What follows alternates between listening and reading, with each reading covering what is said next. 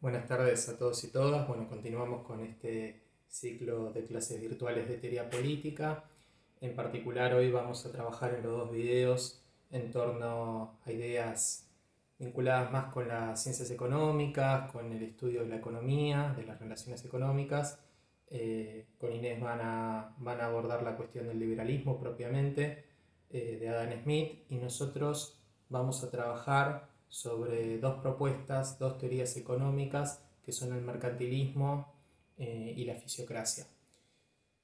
Tendríamos que comenzar hablando un poco sobre el capitalismo, sobre el surgimiento del capitalismo.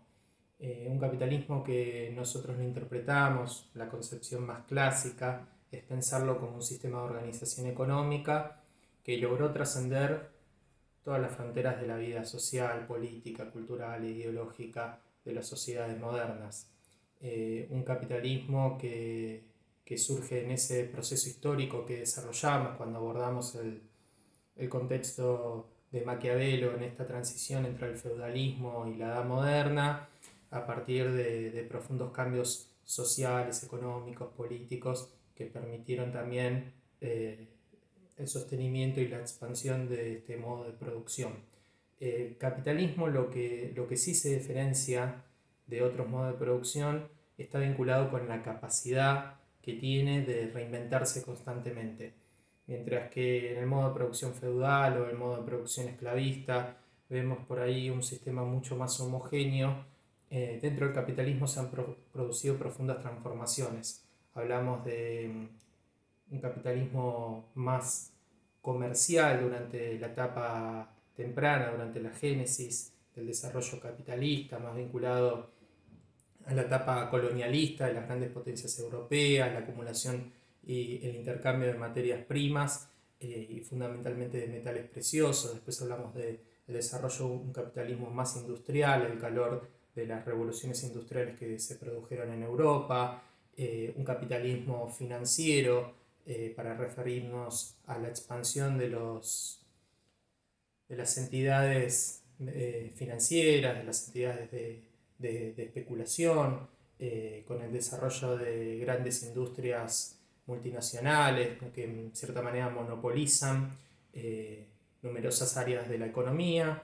Y por ahí esta última etapa que estamos atravesando en estos momentos, que es la de un capitalismo informacional, como lo denominó el sociólogo que tuvimos hace poco en la universidad, Manuel Castells, el sociólogo español, que se caracteriza por las innovaciones de las tecnologías de la información y de la comunicación, la mercantilización de la información, el crecimiento de la brecha con nuevas características, como es hoy en día, hablamos de las desigualdades también en el plano de lo digital.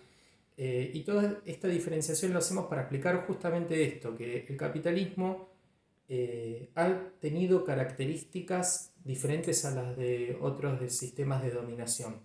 Y cuando nosotros hablamos del mercantilismo y la fisiocracia, vamos a hablar de la primera etapa del capitalismo, esta etapa del capitalismo comercial. Más allá de que la fisiocracia va a ubicarse temporalmente en un proceso de transición entre lo que conocemos como el capitalismo comercial y el capitalismo industrial. Bueno, ¿qué vendría a ser el mercantilismo? El mercantilismo es un conjunto de teorías que nacen durante el siglo XVI, siglo XVII y que van a tener su apogeo a primera mitad del siglo XVIII, que se van a centrar fundamentalmente en elaborar determinados conceptos que van a ser precursores de la conformación de la economía como ciencia. Es decir, si bien el mercantilismo no hace una explicación sistémica de las relaciones económicas, sí realiza importantes aportes, no solamente la economía como ciencia, para empezar a pensar a la economía desde un plano más científico, sino también que fue fundamental en el proceso de consolidación de los Estados-nación.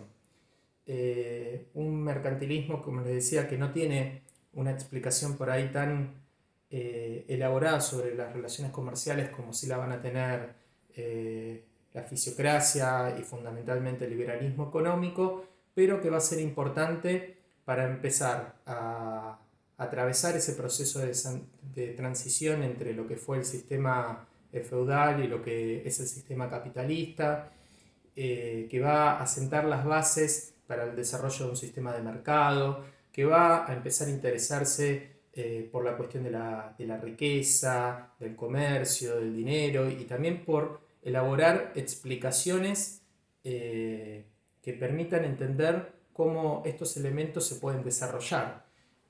Otro aporte fundamental del mercantilismo es empezar a pensar de un modo mucho más racional la economía, pensamiento económico, que hasta ese entonces también tenía o estaba muy influenciado por el pensamiento religioso.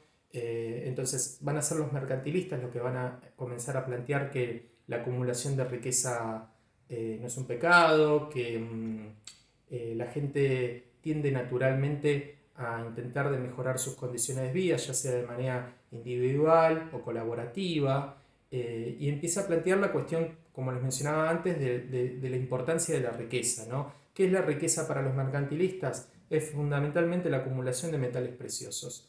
¿Por qué metales preciosos? Bueno, todo esto lo podemos ver, ¿no?, en el periodo de lo que fue el salvaje colonialismo europeo en los países de América Latina. ¿Por qué los metales preciosos? Porque los metales preciosos eran muy valorados, pensados tanto como una mercancía, por la belleza, por su uso, y pensados también como dinero, como elemento de transacción, de intercambio comercial universalmente aceptado. Los individuos, los estados que acumulen metales preciosos van a ser los individuos y las naciones que más prosperidad económica tengan. Y acá empieza a introducirse por ahí el concepto más interesante que nosotros buscamos desarrollar del mercantilismo, que es el rol activo, político y económico que tiene que tener el Estado. ¿Por qué? Porque para los mercantilistas el Estado tiene que regular las relaciones comerciales, tiene que regular el comercio interno y el comercio externo y tiene que desarrollar todas las medidas posibles con el objetivo de lograr la acumulación de metales preciosos. Esos van a ser los propósitos fundamentales del Estado, más allá de que hay un montón de funciones más que le atribuyen, como la cuestión de aumentar la frontera agrícola, la cuestión del desarrollo industrial, plantean también la necesidad de que el Estado tenga el monopolio tanto del cobro de impuestos como de la emisión de la moneda, ¿no?, para pensar también en cuestiones que hasta nos parecen más modernas dentro de ese pensamiento de hace 400 años que muchas de las teorías o de las apreciaciones que realizan los economistas de hoy en día. Y fundamentalmente el propósito de los mercantilistas era garantizar la prosperidad de la nación, del Estado. Entonces, por eso queremos mencionar y destacar algunas de las características del mercantilismo. ¿Qué es la fisiocracia? Bueno, la fisiocracia también es un conjunto de teorías que nacen al calor del proceso prerevolucionario francés. Más o menos a partir del año 1750, 1755, que aparecen las primeras teorías de la fisiocracia, a partir de un conjunto de filósofos, de economistas que van a seguir la idea de Quesnay, y que van a teorizar también en torno al desarrollo del pensamiento económico. Van a ser bastante innovadores en el plano de la cuestión económica, pero van a ser muy conservadores en lo político. Esto ahora lo vamos a ir desarrollando un poquito. Pero bueno, la cuestión fundamental es pensar en que la fisiocracia se desarrolla en un contexto de avances de la ciencia, en términos tanto desde la agricultura como el plano más de la industria de la manufactura, que permiten también que se empleen nuevas técnicas para desarrollar el modelo fisiócrata. La fisiocracia se va a interesar fundamentalmente por el desarrollo de la agricultura bajo un régimen de libertad. Es decir, que el propósito fundamental era la expansión agrícola como mecanismo de abastecimiento de todo el sistema económico. Vamos a decir que desde el plano políticos van a ser bastante conservadores en la medida de que piensan que el único capaz de poder llevar adelante las transformaciones, las reformas económicas que ellos planteaban, van a ser los monarcas absolutos, va a ser el poder absolutista. Entonces, por eso va a tener también el respaldo de buenos sectores de la aristocracia que aparte veían como una amenaza el avance de la burguesía.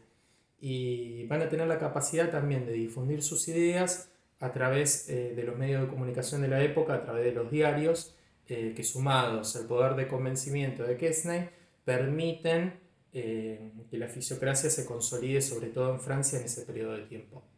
Que hablamos del periodo de tiempo que hablamos de 1755 hasta fundamentalmente la Revolución Francesa. Bueno, justamente por esto el alcance de las ideas de la fisiocracia va a ser bastante limitado, tanto en la cuestión temporal, por el periodo de tiempo que mencionábamos, y por la revolución que se produce en 1789, como en lo espacial, porque sus ideas se aplicaron fundamentalmente en Francia y en algunas regiones de Alemania, y el resto de Europa intentó seguir bajo la vía del desarrollo industrial. Sin embargo, muchas de estas ideas también podemos pensarlas que se aplicaron en América Latina. Después, cuando trabajemos las ideas de Sarmiento y abordemos la obra de Argyrópolis, vamos a conversar un poco sobre esto. ¿Qué es la fisiocracia? O sea, ¿qué significa el término fisiocracia? Significa gobierno de la naturaleza. Para ellos, la naturaleza tenía que regir a todas las instituciones humanas, y los hombres lo que podían hacer a través de su raciocinio es interpretarlos para lograr alcanzar en cierta medida un orden natural. Una fisiocracia que se va a oponer a la cuestión del dinero, considerándolo un elemento estéril. Va a rechazar también la idea del desarrollo de la manufactura, del desarrollo principalmente industrialista, o de la industria mediana pesada, considerando que el elemento de la manufactura no es un elemento puro porque necesita de la combinación de distintos bienes, mientras que la agricultura lo que te garantiza es un producto neto, un producto constante, y que prácticamente no necesita de la mano del hombre para poder expandirse, o mejor dicho, necesita menos que lo que precisa la manufactura. Una fisiocracia que también se va a oponer al comercio internacional. Esto resulta bastante curioso. Ellos consideraban que la ganancia que podía provocar el comercio internacional era nula o bastante estéril, dado que toda transacción requiere de un intercambio, y sí van a plantear la cuestión de por ahí de vender el excedente de la producción una vez abastecido el mercado interno, justamente para que no se produzca grandes modificaciones en cuanto al precio de los productos. Pero bueno, van a rechazar el comercio internacional por estas cuestiones, y también teniendo en cuenta que ellos criticaban la dominación de unos estados por sobre los otros. Ellos consideraban que este intercambio comercial, si era desfavorable, podía provocar conflictos entre distintas naciones. Entonces, es un modelo totalmente distinto al liberalismo, que plantea también una importante intervención del Estado junto con el mercantilismo, pero bastante retrógrado, si lo pensamos en términos de lo político, por el apoyo fundamental que realizan a las monarquías absolutas. Bueno, esto es todo para trabajar sobre estas cuestiones de mercantilismo y fisiocracia. Intentamos acotarlo bastante, y ahora en el próximo video van a trabajar propiamente las ideas del liberalismo de Adam Smith.